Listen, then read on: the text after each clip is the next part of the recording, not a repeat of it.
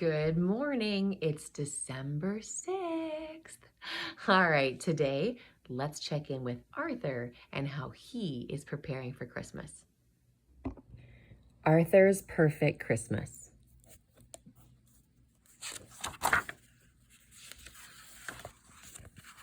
It was 3 days before Christmas, and Arthur wanted everything to be just right. There would be lots of snow, the perfect tree, and a delicious turkey dinner. DW could only think about all the presents she wanted. Arthur, she said, help me write to Santa. I want Tina the Talking Tabby at the top of the list. At school the next day, Muffy was very excited. My big Christmas party is tomorrow, she announced. Muffy, I told you I can't, Francine began. Muffy wasn't listening. I forgot to invite George. She ran off. She won't listen, said Francine. Why can't you go? Arthur asked. Every year we have a family Hanukkah party, Francine said, when we light all the candles on the menorah. Maybe you should tell her again, Arthur said. Francine shook her head. I've told her 1,000,000 times. After school, Arthur invited Buster to go shopping. I'm going to bed, said Buster. My mom woke me up too early this morning. She thought it was Christmas. It's happened every year. She cooks special pancakes and gives me all my presents. Then I tell her it's not Christmas yet, and she goes back to bed. Weird, Arthur said. She's worried that I won't have a good Christmas, Buster explained. At the mall, Arthur found the perfect present for Dad. Sorry, we're sold out, the salesman said. How about this olive de bitter instead? Well, okay, Arthur said. Arthur found a great present for Mom at another store. The little glass bird I broke last summer? Perfect. At home, Dad was reading cookbooks.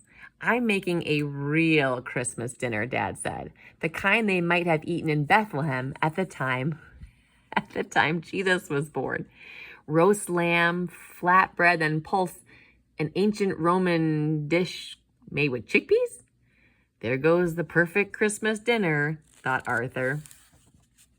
The next day at Muffy's party, everyone was having fun except Arthur. How can it be a perfect Christmas without snow, said Arthur. Well, said the brain, no one really knows what day Jesus was born. The holiday is in December, probably because it's when the Romans celebrated winter solstice. I still want snow, said Arthur.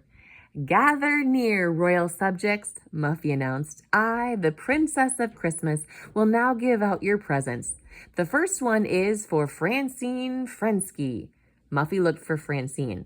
I said, Francine Frensky, but Francine wasn't there.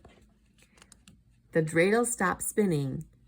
Gimmel, said Francine, I win again.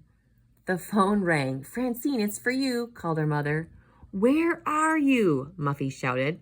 Muffy, said Francine, I told you I couldn't come because our family Hanukkah party.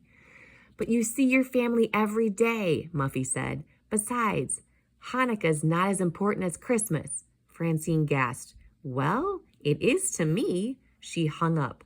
Muffy was shocked. Buster, wake up, said Arthur. Is it Christmas again? Buster asked. Time for pancakes? Maybe you and your mom shouldn't have Christmas, said the brain. It makes you so tired. Buster sighed. What else can I do? Invent your own holiday, suggested the brain. You could celebrate Baxter Day, said Arthur. Buster wasn't so sure. When he got home, Arthur couldn't believe his eyes. That doesn't look like a Christmas tree, said Arthur. Yes, it does, says DW. It's beautiful. I wanted something normal, said Arthur. Not unicorns and trolls. You can decorate the rest of the tree, Mom said, just the way you want. There goes the perfect tree, thought Arthur. Later, Arthur wrapped all his gifts and put them under the tree. Mom is going to be so surprised, he said. DW came in with cookies, milk, and a bucket. For Santa, she said. Now help me fill this pail with water. Water? Arthur asked. For the reindeer, silly, said DW. Arthur had just climbed into bed when he heard a loud crash outside. Whoops, said a voice. Uncle Fred, I thought you were going to Florida, said Arthur. I thought I'd drop off your presents first, Uncle Fred said, and my truck just died. Sorry about the fence. Clumsy me. Arthur remembered how Uncle Fred had broken Mom's tea set last Christmas. You're welcome to stay here, Mom said. Rory, too. Arthur heard barks and growls from the living room. Rory and Pal were fighting over Mom's present. Let go of that, shouted Arthur. The box went flying through the air. Arthur made a wild dive and caught the box before it hit the floor. Whew! He decided to put the gift in a safe place. The next morning, DW woke everyone up. Arthur, wake up, it's Christmas, she cried. Mommy, Daddy, it's Christmas, wake up, Christmas is here. DW stopped in the hall. Santa? It's Uncle Fred, said Arthur. Uncle Fred is Santa? Asked DW. Guess what, Mom? Buster said, it's Christmas. Are you sure? She asked. Yep, December 25th, Buster answered. Time for presents, time for pancakes, said his mother. Muffy counted her presents. 37, the biggest Christmas ever. Wait until Francine hears. Then she remembered that they weren't speaking to each other. Muffy opened her new makeup kit and looked into the mirror. I don't really need makeup, but Francine might like it. But Francine wasn't her friend anymore. Muffy looked around the room at her new games, puzzles, dolls, train set, and miniature submarine.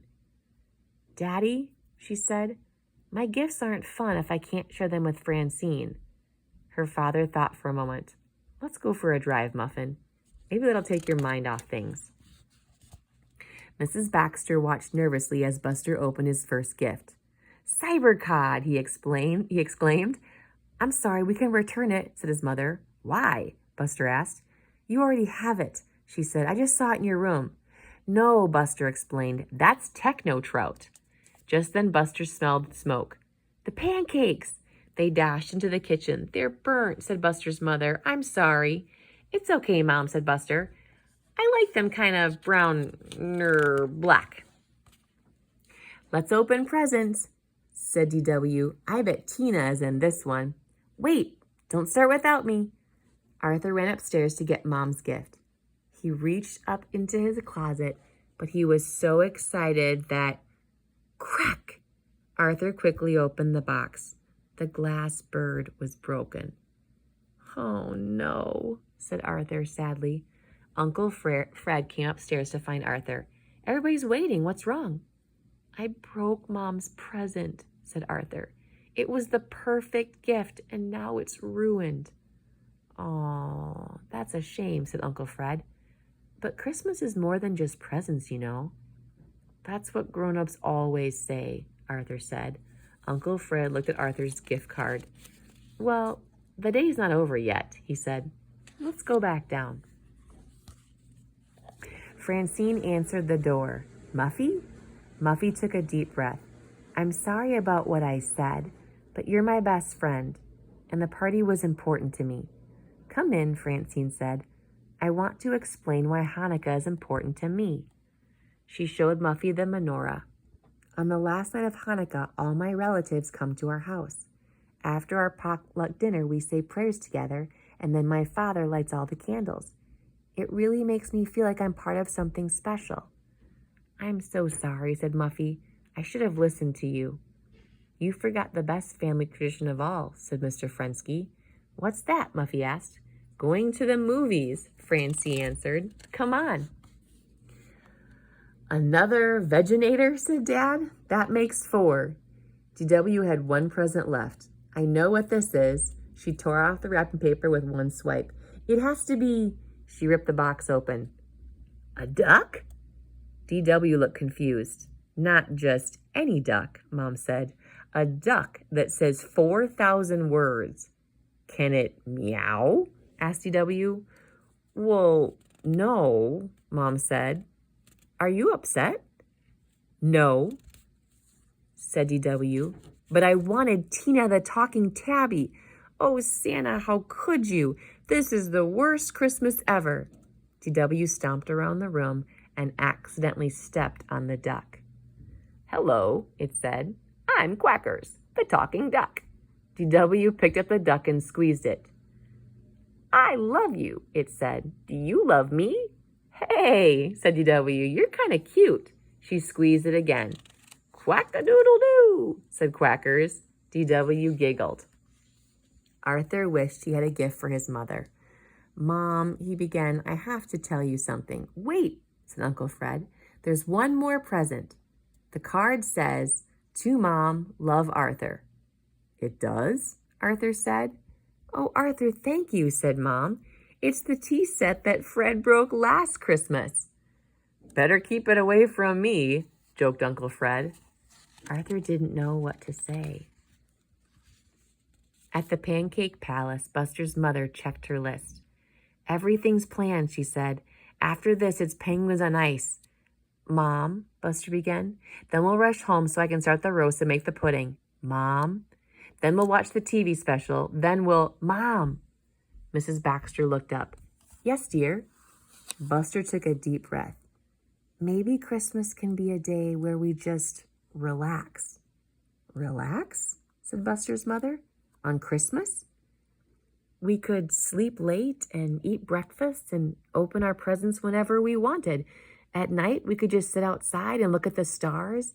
And we wouldn't even have to call it Christmas. It could be our own holiday. Baxter Day. Buster's mother smiled. Baxter Day. That sounds fun. Everyone at the Reed's house was stuffed, except for Arthur. Dinner was great, said Arthur.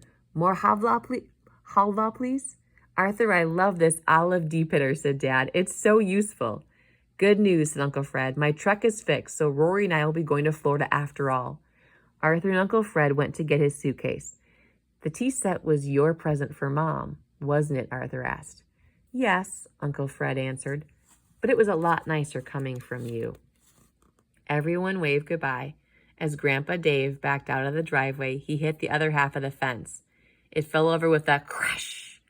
Oops, called Grandpa Dave, sorry. Mom sighed. Like father, like son. Later, when Arthur went outside, he was amazed. It's snowing, he shouted. This is a perfect Christmas.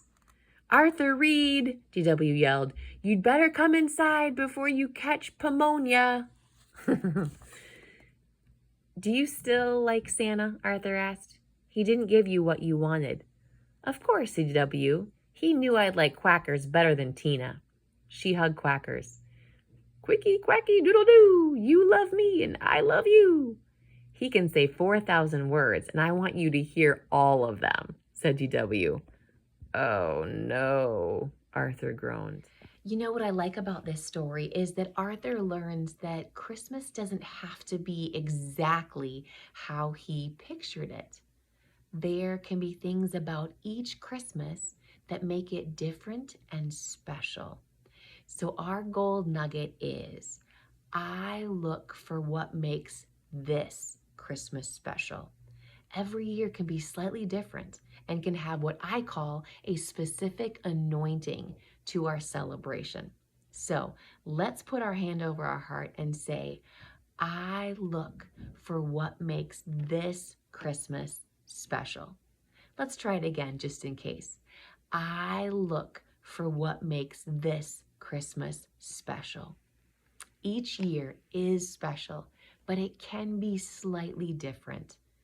So look for ways that this Christmas is different and special than any other one before, because we want to celebrate, but we also want there to be room for there to be differences and uniqueness that keep it fresh, exciting, and maybe even full of a surprise or two. Thank you for joining me for this story. As always, remember, and I want you to keep it so close to the front of your mind, you are seen, you are heard, and you matter. Thanks for joining me here today. I'll see you back here tomorrow.